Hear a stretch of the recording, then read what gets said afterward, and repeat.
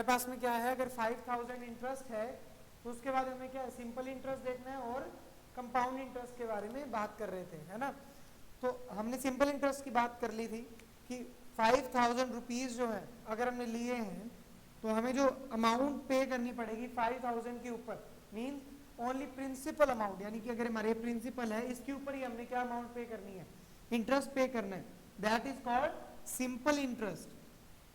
Okay, तो suppose कीजिए compound interest क्या है, वो हम एग्जांपल से समझते हैं कि कंपाउंड इंटरेस्ट में अगर आपने 5000 रुपीज लिए, 1 मंथ के बाद में आपका इंटरेस्ट ऐड करके वो अमाउंट हो जाती है 5100, ठीक है। हमारा हमने प्रिंसिपल ये लिया था and after 1 month the amount will be 5100 rupees, okay, यानी कि 100 इंटरेस्ट लगा। तो अब जो नेक्स्ट इंटरेस्ट होगा वो हमारे पास में 5000 पे नहीं 5100 पे लगेगा, ठीक है, यानी कि इसके ऊपर इंटरेस्ट लगेगा। सो नेक्स्ट टाइम हमारी 100 रुपीज नहीं होगी कैलकुलेशन, हमारी कैलकुलेशन कुछ होगी 5216 के पास, है ना, कि हमारे पास में क्या 200 से अमाउंट 100 से कुछ एक्सीड कर जाएगी, है ना, 116 हो चुके हैं अमाउंट। तो वो इसका मतलब क्या है हमारे पास में कि कंपाउंड इंटरेस्ट होता है कि इंटरेस्ट के ऊपर भी इंटरेस्ट लगता है, और जो सिंपल इंटरेस्ट होता है उसमें सिर्फ प्रिंसिपल के ऊपर ही इंटरेस्ट लगाया जाता है। तो अब बात करते हैं इनके फॉर्मूलाज की कि कंपाउंड इंटरेस्ट और सिंपल इंटरेस्ट का फॉर्मूलाज क्या है। तो सिंपल इंटरेस्ट हमारे पास होता है P multiply R multiply N, या फिर आप क्या कर सकते हो, N की जगह आप क्या लिख सकते हो, टाइम भी लिख सकते हो, या फिर आप N लिख लीजिए, या फिर आप क्या लिख सकते हैं, T भी लिख सकते हैं। यहाँ पे N का मतलब है ड्यूरेशन, कितने टाइम के लिए, okay, PR/T/100। So this is the formula for the calculation of simple interest. Okay. Now moving to the next, which is compound interest. तो compound interest के लिए आपके पास में फॉर्मूला अलग है। So वो क्या है हमारे पास में, देखिए यहाँ पे इसके अंदर आपको क्या करना है, दो चीजें हैं कि इंटरेस्ट निकालने के लिए आपको बाद में उसमें से एक्चुअल जो आपका प्रिंसिपल है उसको क्या करना पड़ेगा, सब्सट्रैक्ट करना पड़ेगा, ठीक है। तो इसमें आप क्या लिख देंगे, सबसे पहले P1 plus R/100 multiply what, वो यू हैव टू से पावर n, n यहाँ पे क्या है हमारे पास में टाइम ड्यूरेशन, या फिर आप यहाँ पे n की जगह क्या लिख सकते हो, ऊपर t भी लिख सकते हो। सो माइनस, जैसा कि हमने बोला कि प्रिंसिपल अमाउंट क्या होती है लास्ट में इसमें से माइनस होती है। अब यहाँ पे मैं आपको सभी के सभी फैक्टर्स बता दूं कि कौन सा फैक्टर क्या है। सो हमें P जो है वो हमारे पास में प्रिंसिपल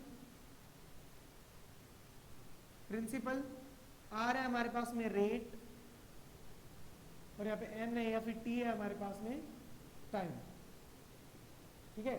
सो ये सब चीजें जो है ये हमारे पास में क्या है, उनके फॉर्मूलाज हैं। तो जितने फॉर्मूलाज दिखने में आपको इजी लग रहे हैं वो उतने है नहीं है, ठीक है। अगर हम सीधा अमाउंट की बात करें कि अमाउंट कैलकुलेट कर रहे हैं तो अमाउंट का फॉर्मूला सीधा क्या हो जाएगा, प्रिंसिपल को माइनस किए बगैर जो फॉर्मूला बचता है वो हमारे पास अमाउंट का हो जाएगा। ये देखिए ये अमाउंट है टोटल, अमाउंट में से अगर हम प्रिंसिपल को माइनस कर देते हैं तो हमारे पास में इंटरेस्ट आ जाता है, ठीक है। So amount is equals to P1 plus R/100 raised to power n। तो ये आपके पास में आ गया कंपाउंड इंटरेस्ट का formula. Now let's move to our questions. ये आपको क्वेश्चन दिया गया है, so look at in your books page number 104 example number 1, find the compound interest on rupees 90,000 for 3 years at the rate of 10% per annum compounded annually। तो इसके अंदर आपको क्या बताना है सीधा कि 3 साल के लिए जो रुपए हैं वो लिए गए हैं, ठीक है। सबसे पहले आपको क्या करना है, फैक्टर्स लिख लेने हैं। तो फैक्टर्स आपके पास में देखिए क्या क्या आए हुए हैं। फॉर्मूला हमें चाहिए कंपाउंड इंटरेस्ट कैलकुलेट करना है, राइट। तो CI is equals to P1 plus R/100 power n minus P, ये हमारे पास में फैक्टर देखिए हमारे पास में क्या हुआ, प्रिंसिपल आया हुआ है, प्रिंसिपल इज 90,000 दिया गया, कितने रुपीज उसने क्या किए, बोरो किए। रेट दिया गया आपको, रेट आपको दिया गया 10%, और आपको क्या दिया गया, टाइम जो है यानी T या फिर N is equals to 3 years. तो सीधा इसे पुट कर सकते हैं फॉर्मूला में आप, बहुत इजी है। So 90,000 1 plus 10/100 raised to power 3 minus 90,000। ठीक है, ये आपके पास में आ गया। सो 90,000 मैं यहाँ से ले लेता हूँ कॉमन, तो हमारे पास बच जाएगा 90,000। अंदर सॉल्व करते ही नहीं, सो ये कैंसिल हो जाएगा। कैंसिल होने के बाद में क्या आया, 10 इन 1 11/10, 11/10, 11/10, बिकॉज ये 3 टाइम्स क्यों लिखा हमने, क्योंकि इसकी पावर क्या थी, 3 थी। ओके, तो हमारे पास में क्या आ गया 11, और माइनस हमने क्या किया, इसमें से 1 माइनस कर दिया है। तो आपके सॉल्व करने के बाद में आंसर क्या आता है, 90,000, 11 को अगर हम 3 टाइम्स मल्टीप्लाई करते हैं तो क्या आता है, ये देखिए 11 इंटू 11 क्या आता है हमारे पास में 1 to 1, 1 to 1 को अगर आप दोबारा 11 से करेंगे तो आपके पास क्या आता है, देखिए 1331। सो 90 और यहाँ पे क्या है 1331। अब यहाँ से 10 एलसीएम ले लेते हैं, 10 एलसीएम आएगा 1000 आएगा, यस। सो 1000 हमारे पास में एलसीएम आ गया, और एलसीएम लेने के बाद में हम इसमें से 1000 क्या करेंगे, माइनस कर देंगे। सो आपके पास में आ गया 90,000 मल्टीप्लाई 331/1000। ये 1000 से ये 1000 कैंसिल हो चुका है। सो 90 इंटू 331, अगर आप ये सॉल्व करेंगे मल्टीप्लाई कर लीजिए तो आपके पास आंसर आ जाएगा 29790। ठीक है, तो आंसर आपके पास 29790। सो ये आपके पास में आंसर इसका कैलकुलेट करने के बाद में आ जाएगा। So this is how to calculate the compound interest in any question. ठीक है, सब चलते हैं नेक्स्ट पे। नेक्स्ट क्वेश्चन देखिए आपकी बुक्स में क्या दिया गया है। सो नेक्स्ट क्वेश्चन है आपके पास में, सक्सेसिव ईयर्स के लिए आपको अलग अलग के लिए कैलकुलेट करना है। कंपाउंड इंटरेस्ट है आपके पास में, तो ये आप कैलकुलेट कर सकते हैं। Calculate the amount due to 3 years on 5,000 if the rate of compound interest for successive years is 7, 8 and 10% respectively। Compound interest आप सभी को कैलकुलेट करना है।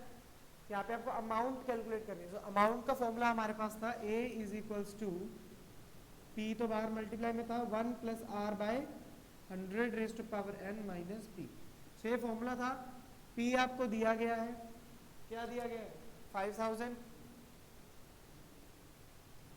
आपको क्या दिया गया है, टाइम दिया गया 3 years। तो हर एक साल की जो कंपाउंड इंटरेस्ट है वो आपको अलग अलग दी गई है, यानी कि 7%, 8% एंड 10%। तो सबसे पहले आपको क्या करना है, प्रिंसिपल दिया गया है, किसके लिए हमें क्या करना है, निकालना है हमें कौन सा इंटरेस्ट निकालेंगे कि अगर कंपाउंड इंटरेस्ट दिया है और एक सिंगल ईयर के अलग अलग परसेंटेज दिए, तो इसका मतलब क्या है, कंपाउंड होते हुए भी ये सिंपल इंटरेस्ट बन चुका है ना। तो फॉर्मूला यहाँ पे हमें कौन सा लगाना है, PRT/100, बिकॉज हम यहाँ पे 3 years के लिए कलेक्टिवली, अगर रेट हमारे पास में सेम होता तो हम सभी के लिए क्या करते, कंपाउंड का इंटरेस्ट का सिंपल फॉर्मूला लगा देते। बट हमें पता है कि कंपाउंड इंटरेस्ट का मतलब होता है कि इंटरेस्ट के ऊपर भी इंटरेस्ट लगता है। तो हम सबसे पहले क्या करेंगे, फर्स्ट ईयर के लिए जब 7% रेट है तो हम इस फॉर्मूला में PRT में लगा के इंटरेस्ट रेट 7% रख के अमाउंट निकालेंगे, और वही अमाउंट हम यूज करेंगे 8% के लिए। फिर उसमें से जो अमाउंट आएगी वो अमाउंट हम यूज करेंगे 10% के लिए, ना कि हम क्या करेंगे 5000 को ही लेते रखेंगे। ठीक है, तो आपने क्या करना है 5000, और फर्स्ट जब सिंपल इंटरेस्ट से ये फॉर्मूले से निकालोगे तो आपके पास 350 जो है इसकी इंटरेस्ट आ जाएगी। सो आपने जो नेक्स्ट अमाउंट लेनी है 8% वाले के लिए वो होगी हमारे पास 5350। ठीक है, और नेक्स्ट जो आएगा हमारे पास में उसमें आएगा 428 इंटरेस्ट, तो उसमें आप और ऐड कर देंगे यानी 5778 नेक्स्ट का प्रिंसिपल बन जाएगा। ठीक है, तो ऐसे करके आपको ये वाला क्वेश्चन निकालना है। अब बात करते हैं नेक्स्ट क्वेश्चन की। नेक्स्ट क्वेश्चन क्या आपके पास में, तो नेक्स्ट क्वेश्चन आपके पास है, कैलकुलेट द अमाउंट फॉर 15625। ठीक है, इसके लिए आपको क्या करना है, अमाउंट का निकालना है, उसके बाद में हमको क्या करना है, इसकी इंटरेस्ट दिया हुआ है, ये क्वार्टरली के लिए है जो कि हम नेक्स्ट लेक्चर में करेंगे। तो इस लेक्चर में हम करने वाले वो है कंपाउंडेड एनुअली वाले, कि जो पर ईयर के लिए, यानी एनुअली का मतलब हमारे पास में 1 ईयर के लिए बोरो किए जाते हैं। तो 1 ईयर के लिए जो हमने जिस हिसाब से किए वो हम इस बार करने वाले हैं, और जो क्वार्टर ईयरली, हाफ ईयरली वाले ये हम नेक्स्ट लेक्चर में करेंगे। ठीक है, सो अभी फर्स्ट देखिए क्वेश्चन आपको दिया गया, in how many years will 800 amount to 882 at 5% per annum compounded annually. Interest rate आपको दिया गया है वो क्या आपके पास में 5%, कंपाउंडेड क्या है, एनुअली है, और आपको क्या बोला गया है, प्रिंसिपल बताया गया है 800 रुपये, और अमाउंट बताई गई है 882, और रेट आपको बताया गया 5% जो हमने ऊपर लिख लिया। ठीक है, सो सिंपल सी बात है, आपको क्या करना है, कंपाउंड इंटरेस्ट का फॉर्मूला लगाना है। अमाउंट का फॉर्मूला क्या होता है, A is equals to P 1 plus R by 100 raised to power n। ठीक है, टाइम है, टाइम आपको क्या दिया गया है, पर एनम कंपाउंडेडली सभी ईयर्स के लिए दिया गया। तो आपको बात कर रही है, बताना है कि ये प्रिंसिपल इस अमाउंट में कौन से ईयर में चेंज होगा, 1 ईयर के बाद में, 2 ईयर के बाद में। तो सिमिलरली आपको क्या बताना है, टाइम बताना है कि टाइम उसको कितना लगेगा। सो टाइम के लिए हमारे पास में क्या है, ये पैरामीटर है n, तो इसको हम एज इट इज छोड़ देंगे, बाकी अमाउंट, प्रिंसिपल और रेट हम उस जगह पे फिल कर देंगे। सो अमाउंट है हमारे पास में 882, प्रिंसिपल क्या है 800, 1 plus 5/100 raised to power n, या फिर t आप बोल सकते हो। सो इधर जाके क्या हो जाएगा, डिवाइड में हो जाएगा, right. So 882 divide by 800 is equals to, अब यहाँ से आप एलसीएम लेके भी सॉल्व कर सकते हैं, इसको कैंसिल भी कर सकते हैं पहले। सो क्या होगा आपके पास में 21/20 रेज़्ड टू पावर n। ठीक है, अब इसको सॉल्व करने के लिए हम क्या कर सकते हैं, इधर आप कैंसिल कर लीजिए, सब केस में क्या आ जाएगा 441 डिवाइड बाय, चलो कैंसिल करके देखते हैं क्या आता है, क्योंकि अभी हमें भी नहीं पता इसके आगे क्या होगा, नहीं पता ना, तो देखते हैं 441 और यहाँ पे आ जाएगा 400। सो अब देखिए ये कौन से टेबल से क्या है, डिविजिबल है। तो देखिए 41 आपके पास में क्या है, 441 किसकी स्क्वायर होती है, 21 की स्क्वायर होती है। तो आप 441 को क्या लिख सकते हो, 21 की स्क्वायर, और 400 को क्या लिख सकते हो, 20 की स्क्वायर। तो ये आपके पास में क्या हो जाएगा 21/20 की whole square is equals to 21/20 की पावर n। ठीक है, सो अब अगर बेस सेम है तो पावर्स भी क्या होंगी, सेम होंगी, जैसे हमने पिछले चैप्टर्स में किया हुआ है, क्वेश्चंस आए हुए हैं, तो हम इनको क्या करेंगे, कंपेयर कर देंगे, एंड n इक्वल्स टू आ जाएगा हमारे पास 2, means we have taken 2 years to make the amount 800 to 882. Okay, so now the next we will discuss in our next lecture. So thank you and have a nice day.